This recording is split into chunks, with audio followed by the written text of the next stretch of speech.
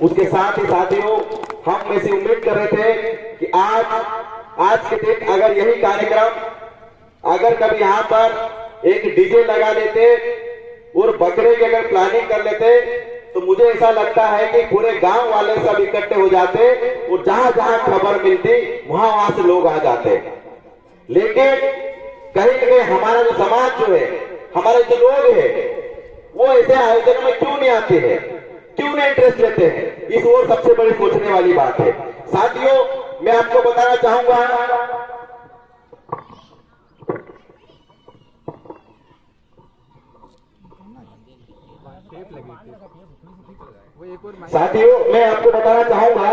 यह जो आयोजन है ये किस लिए किया गया है, यह जो आयोजन है ये कार्यक्रम किस लिए किया जा रहा है। यहाँ पर जितने भी आसपास सब साथी लोग हैं, मैं ज्यादा टाइम नहीं, सिर्फ 5 मिनट टाइम लूंगा, 5 मिनट बाद अपनी जगह वापस आके बैठ जाऊंगा मैं। साथियों, इसको न भाषण आप समझे, ना बड़ी बड़ी बात समझे, इसको सिर्फ आप 5 मिनट मेरी बात को सुने। साथियों, यह कार्यक्रम एक कदम गांव की ओर, यहाँ पर आपका टाइम वेस्ट करने के लिए रखा गया है, ना हमारा टाइम वेस्ट करने के लिए रखा है। यह कार्यक्रम जो किया जाता है हर साल, ये 5 साल हो गया, यह कार्यक्रम किया जाता है उन कर्मचारियों द्वारा जो सोचता है कि मेरे गांव के किसान को एक अच्छी खेती कैसे किया जाना चाहिए उसकी जानकारी होना चाहिए। यह कार्यक्रम इसलिए किया जाता है कि मेरे गांव की महिलाओं को जो अत्याचार किया जाता है, जो उनके पति जो दारू पिला के वो दारू पी के रात दिन उसको मारता है, उस महिला का अधिकार क्या है, उस महिला को क्यों प्रताड़ित किया जाता है, उसको उसके हक अधिकार क्या होना चाहिए, इसलिए यह कार्यक्रम किया जाता है। यह कार्यक्रम इसलिए किया जाता है कि आज हमारे बड़वानी से लगाकर यहाँ से वहां तक हमारी जमीनें छीन गई है, इसके बावजूद आज हम नपुंसक बन के बैठे हैं, हमारे पास कोई भी आता है पूरी जमीनें छीन ली गई है और फिर भी हम आज बैठे हैं और यहाँ 10 से 15 लोग बिक जा रहे हैं। ये कार्यक्रम इसलिए किया जा रहा है। तुम्हारे पास हमारे पास बचा क्या है? आज सोचो, ये जितनी जमीनें हमारी जमीनें बिक गई है ये सरकार ने खरीद ली, एक और प्रोजेक्ट आ रहा है। आपको बताना चाहता हूँ, एक और प्रोजेक्ट लगभग पूरा कंप्लीट होने में आ गया है। ये पार्टी बेल्ट पूरा इसको पर्यटन क्षेत्र बनाने वाला है। जो तुम्हारे पास जरा सी जमीन बची हुई है, इस जमीन पर भी उन्होंने चील की तरह जो चिलकसी मंडराते नहीं, बस ऐसा खतरा मंडरा रहा है। और हम लोग क्या कर रहे हैं, एक बाल्टी एक दारू और क्वार्टर में हम सिर्फ खुश है। हम सोचते हैं कि आयोजन क्यों किया जा रहा है। आज सोचते हैं, मैं बता रहा हूँ, एक अगर बामन आता, मैं किसी का विरोध नहीं कर रहा हूँ, वो आता, वो 1000 प्रकार के बामन होते, वो आता एक भागवत कथा लेता तो अपने जो घर महिला होते, अगर सासू होती तो वही को भी ले आती, पोरी को भी ले आती, तो वहां जाके सुन, वो पंडित आपको ये बात बोलता कि धन दौलत त्याग दो, इस धन दौलत की जरूरत नहीं है, और वो पूरी 1,50,000 को कथा करके वो पूरा गोरा वस्त्र भर के घर चले जाता। हम लोग उस चीज को पसंद करते, वो हमको ये नहीं बताता है कि संविधान में हमारी बहन के साथ अधिकार क्या मिला है। आज हमारे बच्चों की पढ़ाई की व्यवस्था नहीं है। मैं गारंटी के साथ बोल देता हूँ कि इस गांव में कोई भी आदमी अपने मेरे बच्चे को कैसी पढ़ाई किया जा रहा है, कोई आदमी महिला पुरुष चेक नहीं करता है आज तक। मैं गारंटी के साथ बोल दूं, आपको थाने में आपका क्या अधिकार है, आपको थानेदार की एफआईआर तक आपके साथ लिख नहीं सकता। ये गारंटी के साथ में बोल देता हूँ। आपको 50 नेताओं के आगे पीछे घूमना पड़ेगा, जबकि आपके साथ अन्याय हुआ है तब भी आपको एफआईआर नहीं है। ये आपके अधिकार का है। ये आपको कहाँ सुनने को मिलेगा, कहाँ देखने को मिलेगा? क्या आपको कहीं ऐसे रोड चलते मिलेगा क्या? वहां आपको नहीं मिलेगा साथियों। ये ऐसे आयोजनों में, और ऐसे आयोजन में मुझे ऐसा लगता है पूरा टेंट भरा जाना चाहिए। एक गाँव में एक घर से बच्चे को मालूम होना चाहिए। आज अगर आपके बच्चे को मालूम होता कि बेटा ये स्कूल खर्चा जो है, एक मास्टर को कम से कम 1.5 लाख रुपए महीना मिलता है, 70,000 रुपए महीना मिलता है, 3 टीचर होते हैं, 4 से 5 बच्चे वहां रहते हैं, उनको भी सही ढंग से पढ़ाई नहीं की जाती। आपको मालूम है एक स्कूल को चलाने के लिए एक महीने का 4 से 5 लाख खर्च होता है। क्या आपका बच्चा 4 से 5 लाख गवर्नमेंट जो पैसा दे रही है, क्या आपका बच्चा उसमें से 10 रुपए का भी कुछ लेके आ रहा है? 10 रुपए का क्या सीख के आ रहा है? नहीं सीख के आ रहा है। ये आपको मालूम होना चाहिए। ये जानकारी आपके पास तमाम प्रकार की एग्रीकल्चर जुड़ी हुई समाज के एक ही चीज लगाते, एक ही फसल लगाते। यहाँ पर आप थोड़ा लेट हो गया था, दादा ने बताया, बोली कि कैसे खेती की जाती है, कैसे हमारे पास जरा सी खेती बची है। आज से अगर तुम 50 साल पहले जाओगे तो 40 से 50 हेक्टेयर एक खेत में जमीन थी। हमारे पास काम मौजूद था, हमारे पास बढ़िया अनाज होता था, हम सबको तैयारी करते। हम कैसे खेती करते मैं आपको बताना चाहता हूँ। हमारे आज से अगर 40 साल पहले जाओगे तो हमारे घर में टिफिन से बोया जाता था। वो टिफिन से बोने पर 7 धानियां बोलते थे, हम 7 धानियां बोलते थे। हमारा आदमी, हमारा किसान भाई खेत में जो उसका होता था वो सिर्फ और सिर्फ लोन लेने बाजार में जाता था। इसके अलावा उसके पास बाजार से लाने के लिए कुछ नहीं होता था। वो तेल निकालने के लिए मूंगफली लगा देता था, सभी प्रकार के दालें पका लेते। लेकिन हमारे पास वो सब हो गए, हम पैसे के अंधे दौड़ में इतना हो गया, हम ऐसे ऐसे जहर बोल रहे हैं, वो जहर खा रहे हैं। हम आज से 10 साल पहले अगर जाएंगे तो किसी को सुनते नहीं थे, उसको कैंसर में उसकी मौत हुई। आज हम देखेंगे किसी भी व्यक्ति के तो फलाने व्यक्ति को ये बीमारी हो गई, फलाने व्यक्ति को ये हो गई। हम खुद कैंसर बोल रहे, हम खुद कैंसर बोल रहे, और आने वाली पीढ़ी के लिए तो हम कुछ नहीं छोड़ रहे। क्योंकि साथियों, जो हम जमीन के पिछले 2 साल कोरोना चला, आप लोगों ने देखा होगा, 2 साल कोरोना चला था। उस 2 सालों में पूरा शहर का शहर तबाह हो गए, शहर के शहर में लाशें उठ रही थी। लेकिन अगर कभी सुख शांति था, अगर कभी ज्यादा प्रभाव नहीं पड़ा तो हमारे गांव में प्रभाव नहीं पड़ा। क्योंकि हमारे गांव में हम किसान लोग हैं, हम साल भर का इतना तो पका लेते, लेकिन इसके बाद भी हमको बाजार जाना पड़ रहा था। भले पुलिस लाठियां मार रही थी, 4 से 5 लाठियां खा के भी हम आ रहे थे, लेकिन हमको बाजार जाना पड़ता।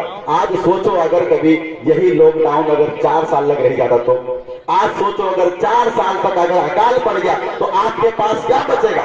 लेकिन हमारे पुरखाओं ने ये व्यवस्था करके रखी थी। हमारे पुरखा को जो हर बात दादा थे, उनको मालूम था कि ऊपरी परिस्थिति आ सकती थी। इस साल भर का वो अपने पास कमा के घर में रख लेता था। तो वो बेस्ट था, ये आज हम बेस्ट हैं। तो साथियों, ये चीजें हमें समझना पड़ेगा। हम बोलते हैं, मैं आपको बता रहा हूं, फिर से बोल, भाषण वाषण नहीं दे रहे, ये भाषण नहीं, आपको इस चीज में जानना पड़ेगा। एक हमारे पास सबसे पहले नारी शक्ति, आज यहाँ पर बहनों को भी सबसे ज्यादा अधिक जनसंख्या होना चाहिए। बहनों को भी उनके अधिकार मालूम, आज उनको मालूम ही नहीं, उनको 50% आरक्षण मिला हुआ है। उनको मालूम उनकी नौकरी में 50% आरक्षण, उनको मालूम ही नहीं उनको सबसे पहले अगर कैसे प्रताड़ित किया जाता है तो उसको कैसे अपनी रक्षा करना है, ये उसको मालूम नहीं। पूरी जिंदगी भर वो महिला जो है अपने पति से प्रताड़ित होती है। हालांकि बहुत सी जगह पति भी प्रताड़ित होते हैं, लेकिन हमको उनको उसके हक अधिकार उसको मालूम ही नहीं। तो ये चीजों के बारे में हम ऐसे आयोजन में सीख सकते हैं, ये ऐसे आयोजन में आकर हम समझ सकते हैं। ये जो वक्ता आए हैं साथियों, बहुत सी जगह से वक्ता हमारे नहीं आए, लेकिन हमको, मैं आशा करता हूँ एक कार्यक्रम हम फिर देंगे, और शाम के टाइम हम कार्यक्रम देंगे। ये 1.5 से 2 महीने में देंगे, और एक बड़ा कार्यक्रम देंगे। और मुझे उस कार्यक्रम से उम्मीद है कि हम सब जानेंगे अलग अलग फील्ड से। डॉक्टर साहब ने आप सब समझ लो कितने लोगों से बात करना पड़ा, कितने लोगों से लड़ाई करना पड़ता ऐसे आयोजन करने के लिए। आप महाराष्ट्र से लोगों को बुलाना पड़ता कि आप तुम्हारे यहाँ खेती करते हैं, तुम 1 एकड़ में कैसे 5 लाख की फसल पका लेते हो। आज हमारे पास 10-10, 15-15, 5-5, 7 एकड़ होने के बाद भी सिर्फ हमारे पास बचता है तो खाद और बीज और दवाई का पैसा दे देते हैं। उसके बाद हमारे बच्चों के कपड़े तक लाने में हम उधार लाना पड़ता है, फिर अगला साल आता है, फिर हम उधारी करते हैं। तो ये स्थिति क्यों हमारे साथ पैदा हुई। तो हमें उन लोगों से पड़ेगा कि हमको खेती कैसी खेती करना है, हमारे बच्चों को कैसी पढ़ाई करना चाहिए। हमारे बच्चों को अगर स्कूल में पढ़ाया नहीं जा रहा, हम उसको टीचर कैसे हम बोल सकते हैं, क्या बात कर सकते हैं। इन चीजों के बारे में, ये तमाम चीजों के बारे में हमें जानना पड़ेगा, तो समझना पड़ेगा। हमने बहुत कर लिया भक्ति भाव, बहुत कर लिया चमचागिरी, बहुत कर लिया हम लोगों की बात सुन ली। बहुत लोग ना, दादा ने पूरी बात बता दी मेरे ख्याल से आसाराम सोलंकी सर ने, कि 5 साल में भूतों की तरह जगाने का आता है, मसान में जैसे बड़वा जाता है। आपको समझ में आगे होगी मोटा माटी बात कि 5 साल बाद आता है वो बड़वा आता है, 5 साल बाद दारू लेके आता है, मुर्गा लेके आता है, आपको जगाकर खिलाकर वापस चले जाता है। 5 साल आपको गायब मिलता है। तो ये क्यों होता है। अगर जिस व्यक्ति को हमने वोट दिया है, जिसको हम हमारा नेता चुना है, अगर वो व्यक्ति हमारे साथ खड़ा नहीं है तो हम क्या करना चाहिए। हमें इन चीजों के बारे में मालूम होना चाहिए, हमारे वोट की कीमत होना चाहिए। क्योंकि बाबा साहेब ने जिस समय संविधान बना था तो आपको तो वोट का अधिकार भी दिया जा रहा था, लेकिन उसके लिए उन्होंने कहीं लड़ाइयां लड़ी। आपके पास जमीनें भी थी। अभी अगर पूछे हम, आपके घर में इतने जो बेटे हैं, 20-50 लोग जो बेटे हैं, उनको पूछेंगे कि तुम्हारे घर में टंटे मामा की मूर्ति है क्या, किसी घर नहीं मिलेगी। तुम्हारे घर में बाबा साहेब की मूर्ति है क्या, तो किसी घर नहीं मिलेगी। मैं आपको बता दूं, इन्होंने पूरा जीवन लगा दिया। अगर आपके पास 1.5 एकड़, 2 एकड़, 5 एकड़, 7 एकड़ जमीन है तो सिर्फ इनकी बदौलत है। अगर ये नहीं होते तो मैं गारंटी बोल दूं, मैं लिख के दे सकता हूं, तुम्हारे पास जमीन के नाम पर कुछ भी नहीं होता। आज हमारे पास सबसे बड़ा कानून है कि आदिवासी की जमीन कोई भी नहीं खरीद सकता, तो हमारे पास जमीन बची। अगर आदिवासी की जमीन एक कानून बन रहा है आज की स्थिति में कि आदिवासी की जमीन को कोई भी खरीद सकता है, तो आपको बता दो 10 साल में उसका रिजल्ट आ जाएगा। 1945 का जो रिकॉर्ड निकाल के देखो, 1945 से पहले आदिवासी के पास में 65% जमीन थी, 65% जमीन। जितनी जमीन थे सिर्फ आदिवासी के पास थी। लेकिन आज 2022 का अगर रिकॉर्ड निकालेंगे तो सिर्फ 10% जमीन बची है। तो आज से अगर 50 साल बाद आप जाओगे तो आपके पास जमीन के नाम पर कुछ भी नहीं बचेगा। आप सिर्फ कंपनी में काम कर दिखोगे, इसके अलावा कुछ नहीं बचेगा। यही आखिरी लड़ाई है, यही हम बार बार आह्वान करते हैं कि लड़ो, जागो, अपने हक अधिकारों के बारे में लड़ो। हम कितने आंदोलन हुए, नर्मदा बचाओ सैल्यूट करना चाहिए उस देवी ग्रुप की मेगा पाठ कर दे, जितना तहसील सम्मान करना चाहिए उतना कम है तुम्हारे लिए। अगर आज की स्कीम हमको अगर मिला है 60 लाख मिला, 5 लाख मिला, प्लाट मिला है, तो हमको ऐसे आंदोलन की बदौलत है। तुमको इसके बदौलत नहीं मिला है, तुमको किसी नेता ने नहीं दिला है, तुमको किसी ने दिया है, तुम्हारी एकता ने दिला है। वो आंदोलन की बदौलत था, हम उसका सम्मान करना चाहिए। जो तुम हमारे पास वो भी नहीं होता। मैं पुनासा के लोगों से मिला था, जब पुनासा डूबा था तो उन लोगों ने हमको बताया गया था कि सुमेर भाई जब हमारे पास जब पानी छोड़ा गया तो हमको नहीं बताया गया। उन्होंने सिर्फ एक ही बात कही थी, ये जो है रात के 12 बजे से पानी छोड़ेंगे, जिसको डूबना हो डूब जाओ, जिसको भागना है वो भाग जाओ, जिनको मुआवजा दे दिया वो दे दिया, बात खत्म। पुनासा आज के इतिहास बन गया, किसी को कोई लाभ नहीं मिला। लेकिन हमारे यहाँ तो कम से कम मिला है ना। हमारे यहाँ तो बात ये जमीन के बदले जमीन वाली बात है। तो हमारे पास पैसा इंपोर्ट नहीं बदलेगा, हमारे पास पैसा नहीं टिकेगा। तुम्हारे पास जमीन है, तुम्हारे बाप दादों ने अगर इस जमीन को पेट पे पोदले बांध के जिस प्रकार जमीन रखी, अगर ये जमीन अगर तुमने नहीं बचा पाए तो आने वाली पीढ़ी को तुम कोई सवाल नहीं कर सकते। तुम्हारी आने वाली पीढ़ी तुमको पूछेगी कि हमारा बाप दादा ने की जमीन अगर हमारा बाप खाएगा नहीं, वो यही सवाल किया जाएगा। क्योंकि इस जमीन के लिए कहीं लोगों ने बलिदान दिया, कहीं लोगों ने अपना जीवन त्याग दिया, टंट्या मामा बिरसा मुंडा, कहीं लोगों ने जमान त्याग दिया। कम से कम उनके लिए, कम से कम तुम्हारे खुद के लिए नहीं, कम से कम इनका तो सम्मान करो। ये असली भगवान है हमारे, इनकी पूजा करना चाहिए, इनके विचारों पर चलना चाहिए। कैसे लड़ाई लड़ी और ये लड़ाई को आज के समय में यही कार्यक्रम अगर पार्टी में होता तो मैं गारंटी साथ बोल देता हूँ, पार्टी पूरा पांडाल भरा हुआ मिल जाता। लेकिन क्या कारण है, इसी बेल्ट में इतना ईगो लोगों में है, उनको सुनना पसंद नहीं। पूरे मर गए, पूरी जमीनें उनकी खत्म कर दी।